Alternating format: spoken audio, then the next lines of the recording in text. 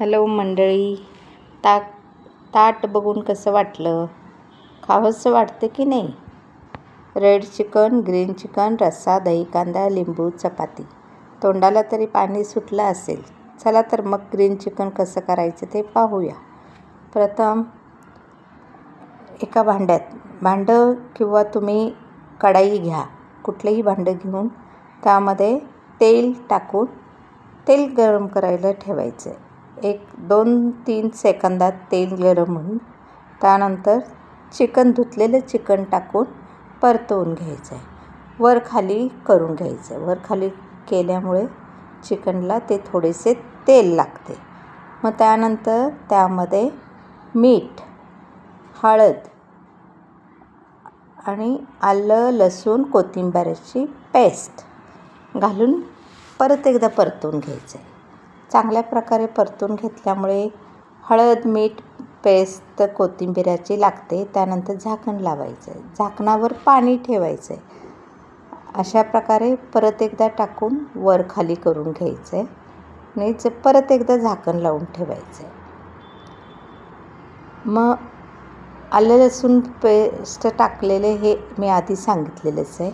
त्यानंतर हे परतून घेऊन पाणी वरती ठेवलेलं गरम झाल्यानंतर त्यात ओतायचं आहे. त्या चिकनमध्ये ओतायचं आहे.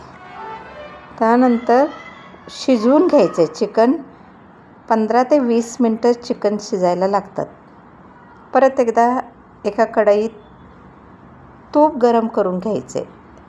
हे घट्ट झालेलं तूप आहे. तूप चांगलं वितळल्यानंतर गरम झाल्यानंतर कांदा, टोमॅटो, तमालपत्र 2 तुकडे आणि वेलची 1 असं टाकून घ्यायचं आहे. त्यानंतर कांदा, टोमॅटो टाकायचं आहे. कांदा, टोमॅटो शिजल्यानंतर मऊ पडायला पाहिजे. तेलातच मऊ केलं पाहिजे. त्यासाठी मी थोडं शिजण्यासाठी थोडंसं मीठ टाकते. दोन्ही एकत्र टाकून परतून घेतलं आहे.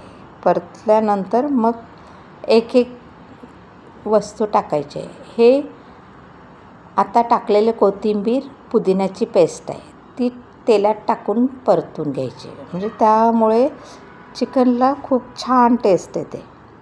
त्यानंतर दही टाकलं आहे. 1 मोठा चमचा दही टाकलं आहे. दही पण परतून घ्यायचं. त्यातलं पाणी, मॉइश्चर कमी झालं पाहिजे. मग ते मिक्स केल्यानंतर हळद टाकलं आहे. हळद टाकून झाल्यानंतर मिरचीचा ठेचा टाकायचा आहे. हळद मी अर्धा चमचा 2 वेळा टाकले. मग त्यानंतर मिरचीचा ठेचा टाकला आहे. ठेचाही परतून घेतला आहे. ठेच्यानंतर खोबऱ्याचं वाटण 2 चमचे टाकलेत आणि त्यानंतर गरम मसाला टाकून चांगल्या प्रकारे मसाला परतून घ्यायचा आहे. मसाल्याला तेल सुटेस तोपर्यंत परतून घ्यायचं आहे. छान तेल सुटलं पाहिजे. 5 ते 10 मिनटं तरी लागतात परतवायला. मग कढईने तेल सुटू लागल्यानंतर चिकन टाकायचं आहे. त्यात शिजलेलं चिकन पाणी बाजूला केलं आहे आणि फक्त चिकनच मी झाऱ्याने काढून चिकन बाजूला ठेवून मग त्यात चिकन टाकले.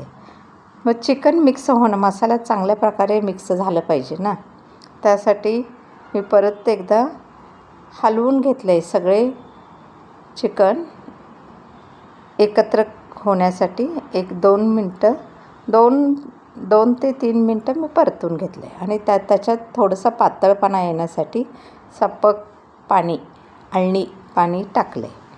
वरून कोथिंबीर टाकून चिकन परत एकदा 10 मिनटं या मसाल्यात शिजत ठेवले. कारण मसाल्याचा स्वाद एकजीव झाला पाहिजे म्हणून टाकले. वरून कोथिंबीर टाकायची. अशा प्रकारे तयार झाले मस्त ग्रीन चिकन. हे ग्रीन चिकन खूप छान लागते. चपातीबरोबरही छान लागते, भाकरीबरोबर.